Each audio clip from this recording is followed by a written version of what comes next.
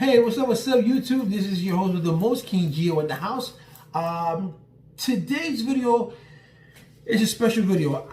Today's video is it's going to be dedicated to a young, beautiful little girl. And I want to put this story out there because I came out there and I didn't know anything about this until yesterday. And I feel left out because I usually follow all the news. But when this happened, I was in Puerto Rico and I didn't hear about it, but I'm here now. And so before I start with everything, I want to say thank you guys to everyone who have subscribed. And those who have not subscribed, please do so. Hit that bell and hit the notification. And once my video comes on or when I'm going to do a video, it'll notify you when I'm going to go live or I'm going to go, my video is coming up. So I had the privilege today to speak. Well, I didn't really speak. We text more like to this young lady's mother. And I will have her live on Wednesday at 9 p.m. Eastern Standard Time.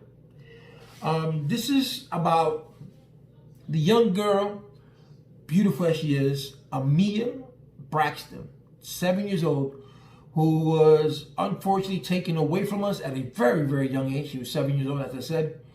And the way, as I'm reading this, and I'm doing this video right now, and I have my laptop right here, and it's absurd. It's absurd that this little girl has not received the justice that she so deserved. Now we have a district attorney, which I think is terrible. I don't know what law school he went to. And so let me go. Amiya Braxton's family is from Pontotoc. Wait, I want to get this right. Pontotoc County in Mississippi. And I just never been to Mississippi. I've read about Mississippi. And let me tell you something, guys. It's very easy for anyone to get indicted. An indictment is easy. An indictment, like I said in my video before, is a bunch of people who are taken off the street because it's not like a grand jury.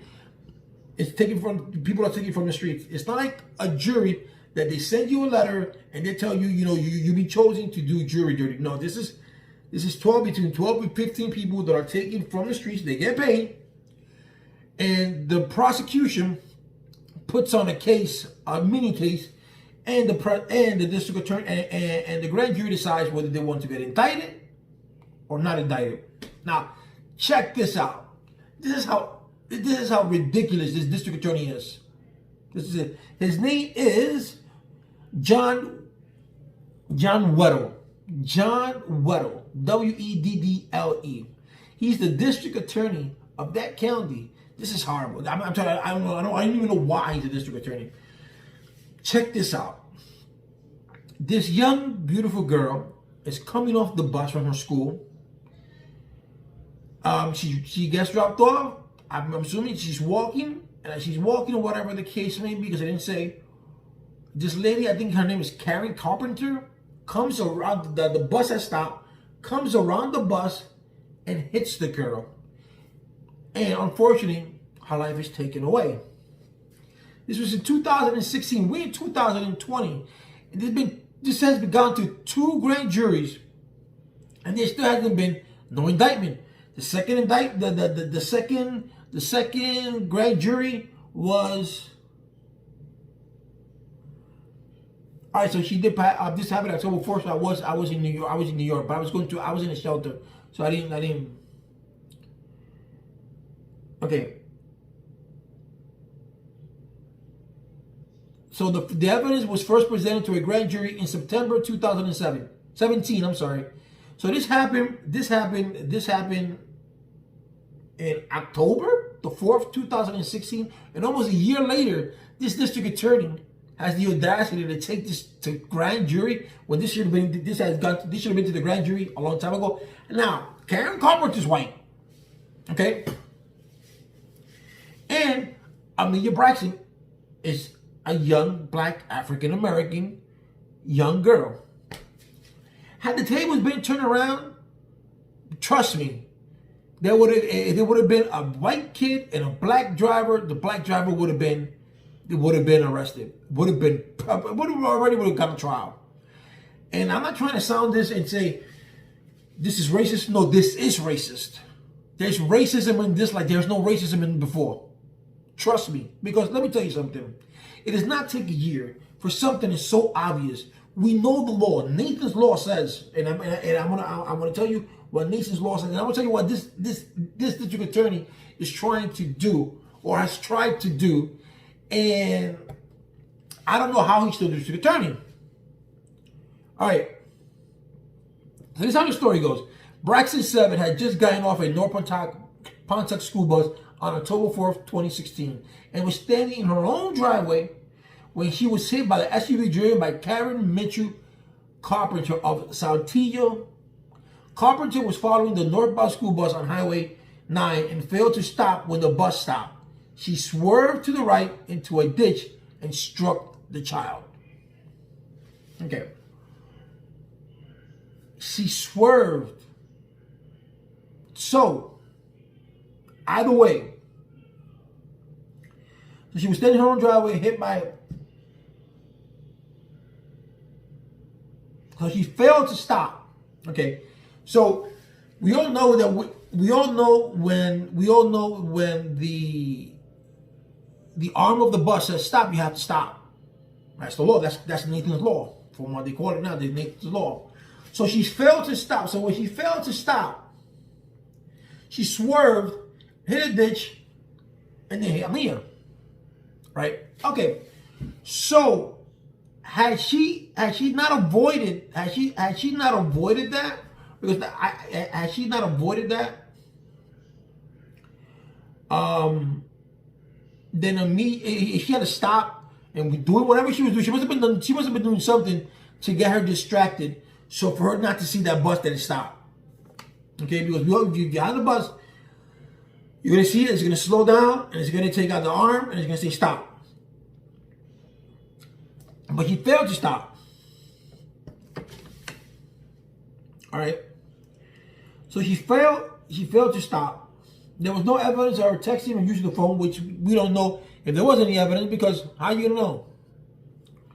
But we're gonna assume that she was doing something because she missed a bus. That bus is huge, guys. We all know it's huge. And this is me driving.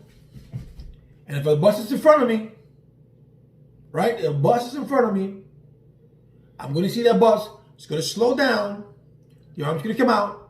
I'm going to stop. But if I'm doing this, or I'm doing this, or I'm doing this, when I go like this, I see the bus, swerve, because I'm too close to the bus. That's common sense.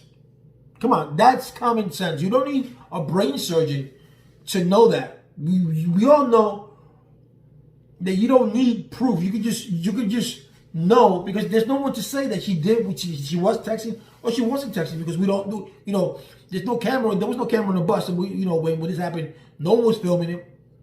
But you have to assume 99.9% that she was doing something in order for her to swerve. That's common sense. If a grand jury didn't see it, I want to see how many grand jurors were blacks, how many grand jurors were Hispanics, how many grand jurors were whites. Because they don't say that. And the funny thing about this here is that I'm gonna take you to a second thing that got me kind of angry, was that here in WTVA News, I think it's NBC, never mentioned the name of the driver, never said white driver. You know how most of the media says, oh, it was a black driver did this, a white driver did that, but you always put a race thing in it, but they didn't say nothing about it. They didn't say anything about it here. They just said driver on WTVA. And it says, this is the second grand jury to consider both indictments for both manslaughter and Nathan's law. We know she's guilty of Nathan's law. Manslaughter, I would have gone with vehicular manslaughter, because or involuntary manslaughter. But she was doing something for her to make her to go do something to swerve. Okay, so if Nathan Law says that you have to stop when the school bus passes by, I mean when the school bus puts the stop arm out, and you have to stop, you cannot go around it. If she didn't violate that law by swerving, I don't know what it is. I don't know what Nathan's law is. Okay? So she must have done something for her to be distracted. Plain and simple. I can tell you, I've been indicted, and I've been indicted with less, and I didn't even do what they said I did. You know, and I was going to go in front of the grand jury. You know, I was like, no, because I know the law. But my lawyer said, don't do it. Just take it to trial. I said, oh, okay. And I was going to take it to trial, but I didn't take it to trial. Like, you know what? I'm just telling the word, because if I see this person lying and saying, I'm going to get very angry. So I just dealt with it. And anyway, this is not my story. So here we are. 2 grand juries haven't indicted this person yet, and we just don't seem to do anything. He says under Nathan's law, Mississippi Code 63-3-615, if a child is injured by someone overtaking a school bus, the driver can be charged with aggravated assault, both manslaughter and aggravated assault. Both manslaughter and aggravated assault carry a sentence of up to 20 years in prison. When considering the evidence, a grand jury has to determine if the action was intentional or willful before they can indict someone for a felony. And he says the big issue with respect to Amiya's case is that there is no proof she intended to go around the bus with the intent of passing the bus. Nathan's law is subject to interpretation. It is strict liability, or do you have to prove intent? Okay, so Nathan's law is subject to interpretation. So if it's subject to interpretation, it's your job as a district attorney to make them interpret it the way that you want it to be interpreted. Okay, people, this lady was behind the wheel, and the only way that she could have, the only reason that she would have swerved a school bus is because she was doing something that distracted her. Because anyone who is driving correctly would not swerve a school bus or any kind of car if there's several cars behind the bus, the truck, or whatever the case may be. So you don't have to swerve. You get me? So if you're going at this speed, this is this car, this is this car. The bus stops here, you stop here. So if you're going this way and the bus stops here and you go here, and then you all of a sudden you look up, oh man, the bus right there because you swerve. We all know that. We all been through that. Anyone who has driven before, that you see a car that's ahead of you, and you just take you take your eyes off the wheel for a second or two, and you're like this, and the minute you come up, the car's right in front of you. That little 2 seconds, that little 1 or 2 seconds, that car's in front of you. So you have to swerve. That's because you took your eye out. But if your eyes were straight on the road, then you wouldn't have to swerve at all.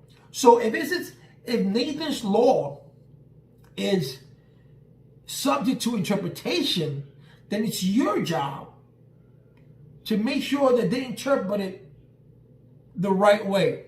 And your job is to say, the only way that Miss Carpenter would have swerved for a bus to not to hit the bus is she was doing something that she was not supposed to be doing. She got distracted on someone. The phone rang, and then the phone rang. I don't think that's the distraction enough. But it was something that she was doing that distracted her for her to swerve.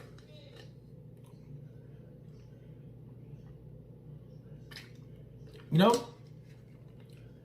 And plain and simple, if you're distracted, if you're going to swerve to the right, why don't you swerve to the left? You know They're not in the right. I'm not saying she did it intentionally, but she should have used her common sense. If you know that the school bus stopped, and you know that your right hand, the kids always get out. So if you swerve this way, you know that even if you slam on the brakes, force is going to take you. Depending on how fast you go, force is going to take you. So you can just, there's no car in the world that just slam the brake, boom, and it stops right there. No, that's not the way that it works.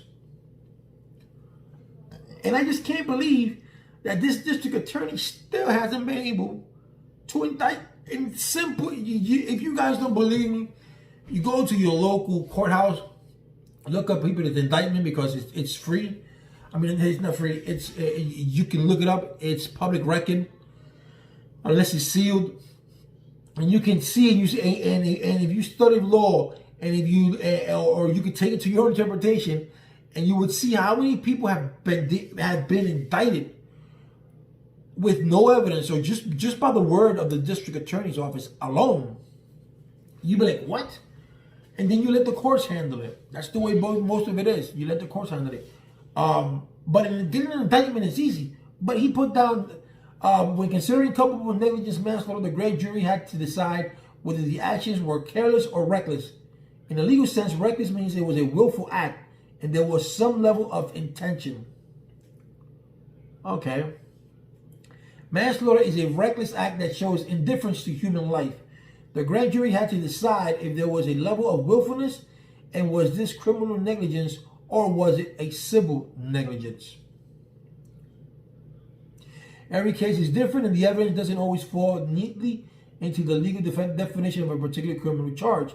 But my thing is that, why did it take a year, close to a year, 11 months? Like I said, this all smells racist. This all smells racist. But it's a shame that we haven't done the media attention that this story does deserve, because this little young girl was taken away. And in my hearts of hearts, I believe that this Karen woman, Miss Carpenter, was doing something that distracted her from having eyes on the road. And it's kind of a shame that a grand jury can't see that, because, like I said, it says it's up to interpretation. So that interpretation, the district attorney has to, the district attorney has to make it stick. And I'm surprised that it didn't stick, because like an indictment is easy to do. Anyone can say, oh, it's hard. No, it's easy. Now, it's not like a grand jury. The grand jury has to be unanimous. A jury has to be unanimous, but a grand jury doesn't. You could be 8-5, 8-4. It doesn't matter. As long as it's more yes than no's. That's what it is. And I'm surprised. And then I got the privilege today to speak with her mother, Amiya Braxton, and she gave me permission to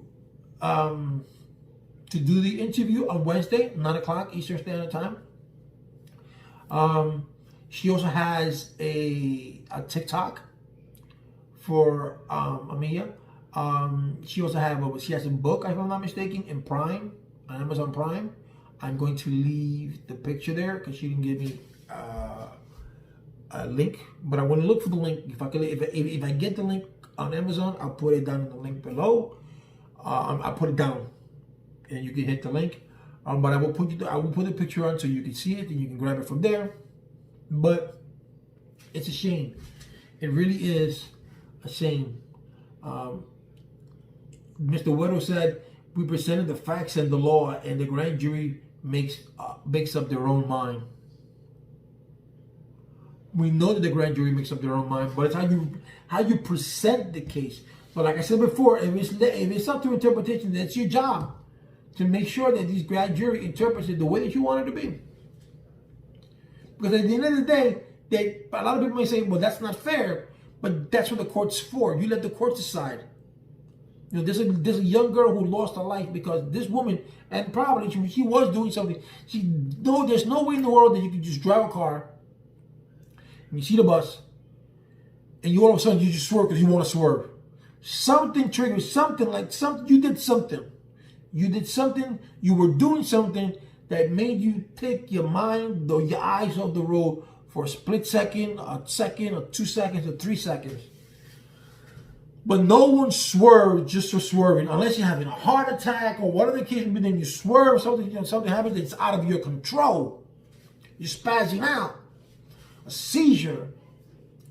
But I don't see that in this. I don't see that in this. What I do see is a white woman, an Afro-American child. She's not getting indicted, and this person has passed away.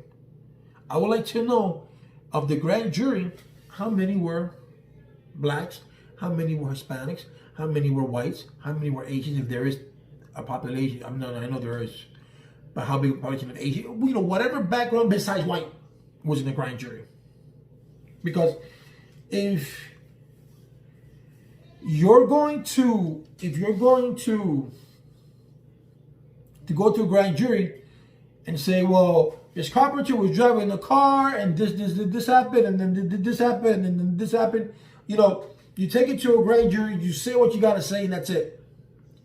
You let a jury, once you take it up to a jury then decides whether, well, you know what, I don't think this is where the manslaughter, but can you charge him something for lesser than that?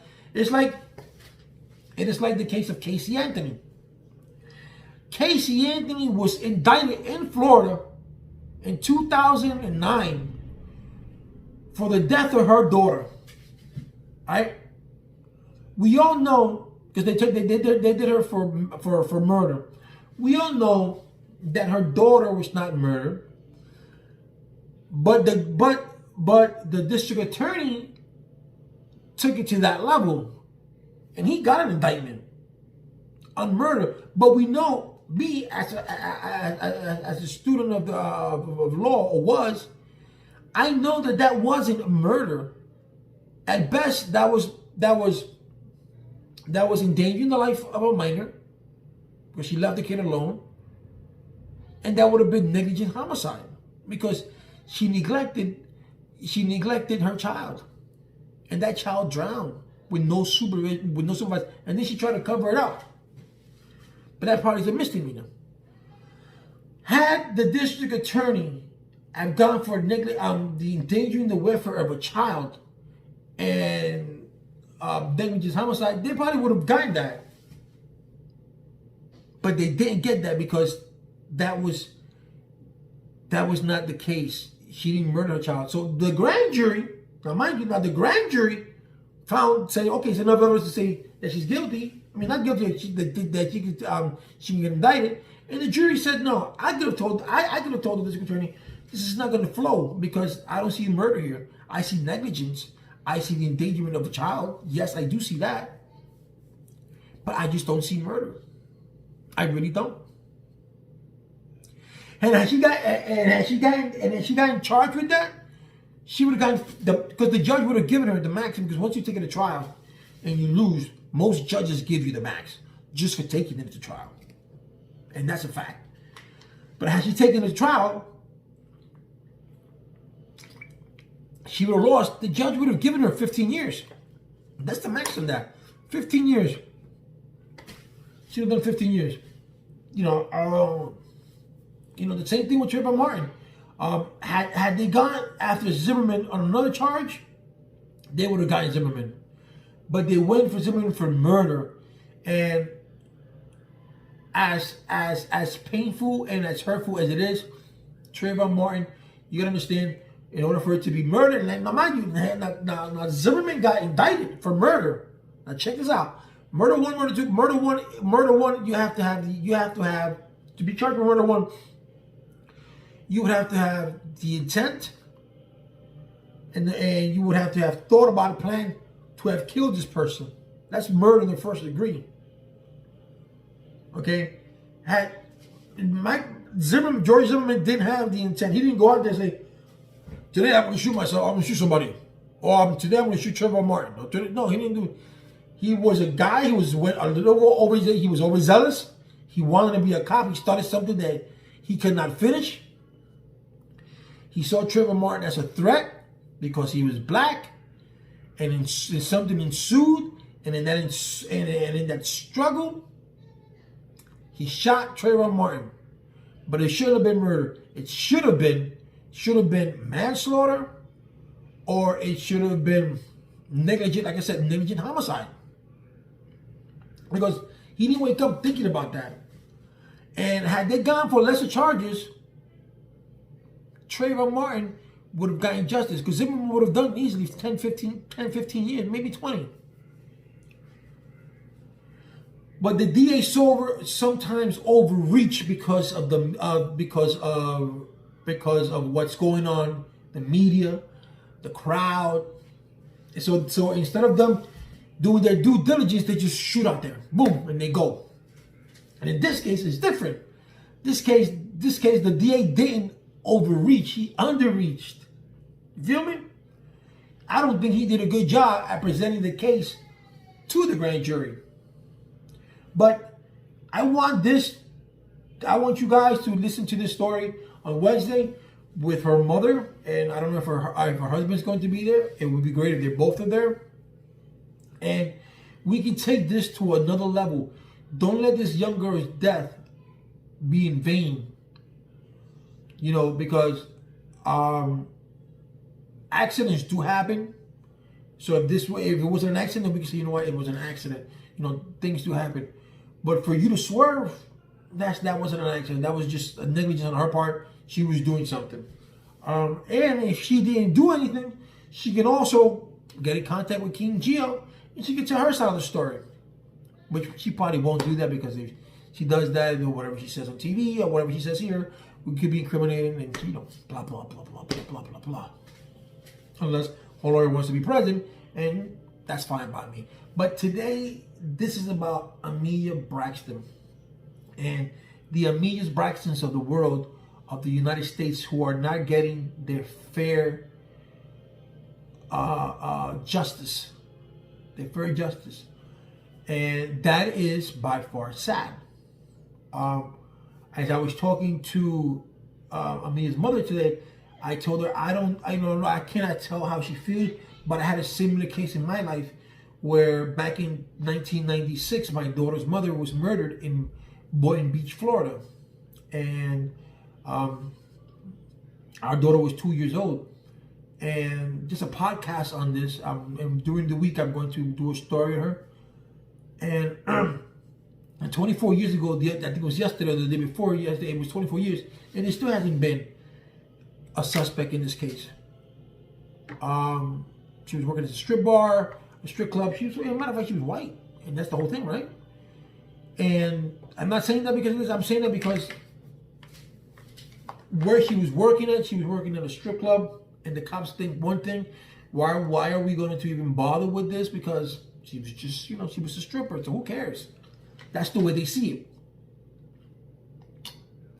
But 24 years without one single person getting arrested. You know, so this is like what you can say, this is a perfect crime. And if you see the way,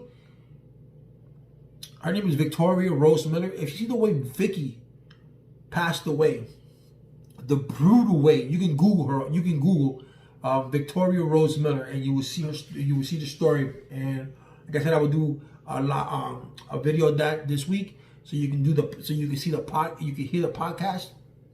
But it's the same way.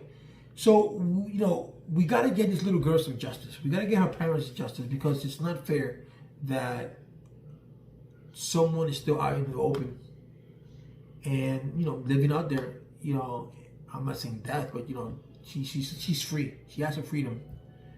While the Braxtons don't have the freedom of their daughter, or the Braxtons don't have that luxury to celebrate a birthday, to celebrate the great things of her daughter, you know, to see her, you know, scrape her knee, or you know, her first broken heart, you know, her little crush, the great achievements that this young girl would have achieved.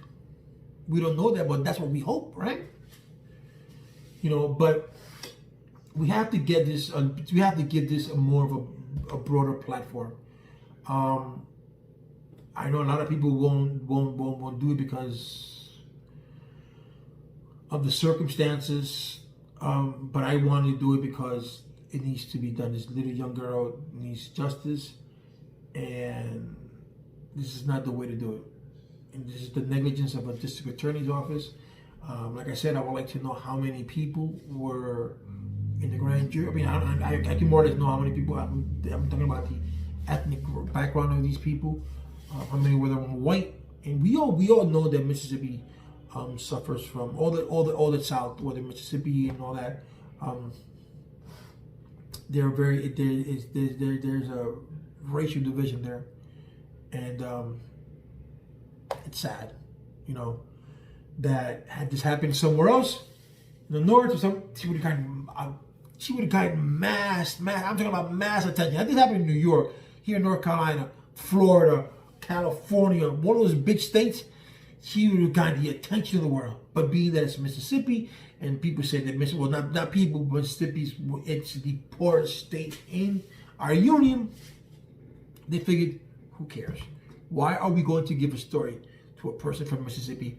Who cares about Mississippi? That's the way they're thinking about it. They're not thinking about it, you know, let's get this story out. There's no pressure. Guarantee you there would have been pressure.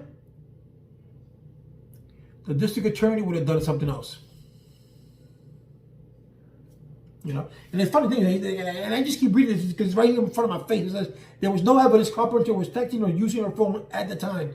You don't need evidence because you're not going to find them because there's no one's witnessing to say she was texting. She's not going to say, yeah, I was texting. She ain't that stupid. But common sense will tell you she was doing something. What we don't know, she was doing something for her to swerve. That's simple. So guys, I want you to join me on Wednesday at 9 o'clock Eastern Standard Time, 9 a.m. So we can broaden this story, and hopefully more YouTubers can get involved. And if you guys, if one YouTuber knows someone from a big major media company, hey, that's great. Then we give the coverage that this story needs, because it's a shame. It really is. And I don't want this young girl's death to be in vain. I don't want her death to be like, you know what, she's a little girl, it doesn't really matter. No, every life matters, man. It really does. And when it's taken away in this fashion, it's really sad. I know a lot of people will probably say, oh, you know, this was unintentional. It says here that there was no evidence. Look, man, I'm not going for what it says. I'm going for what is here, what's common sense, what I know, what life has taught me in these 48 years. It's that you don't swerve. You don't swerve for something that honestly either you would avoid it for whatever reason it is, but you're avoiding it because you're doing something. So it's not like if a deer comes in front of you, and I say deer because I'm in North Carolina, a deer comes in front of you and you swerve. No, you're driving front to front, and there's a car right here. So if this car, like I said before, I illustrate, this car stops, then you stop. Simple, right? But if you're going like this and this stop, and you go like this and you do this, you did this for a reason, right? So let's just hope that this story goes out. Let's just hope that this can be that my channel could be some sort of help. Go to your Prime, sign up for her TikTok, sign up for her. She does have, you can Google it. She does have I will leave the link to that. She does have a page where you can sign up. So we can let's give this young, beautiful girl a voice. Let's be her voice, man. You know, let's put Mississippi on the map, on the justice map. Let Mississippi, let the people be known that Mississippi does exist. There's 50 states, not just New York, Florida, California. No, Mississippi is also part of the United States, and let us bring recognition to that state. It's not the recognition that you want, but it's the justice that it deserves.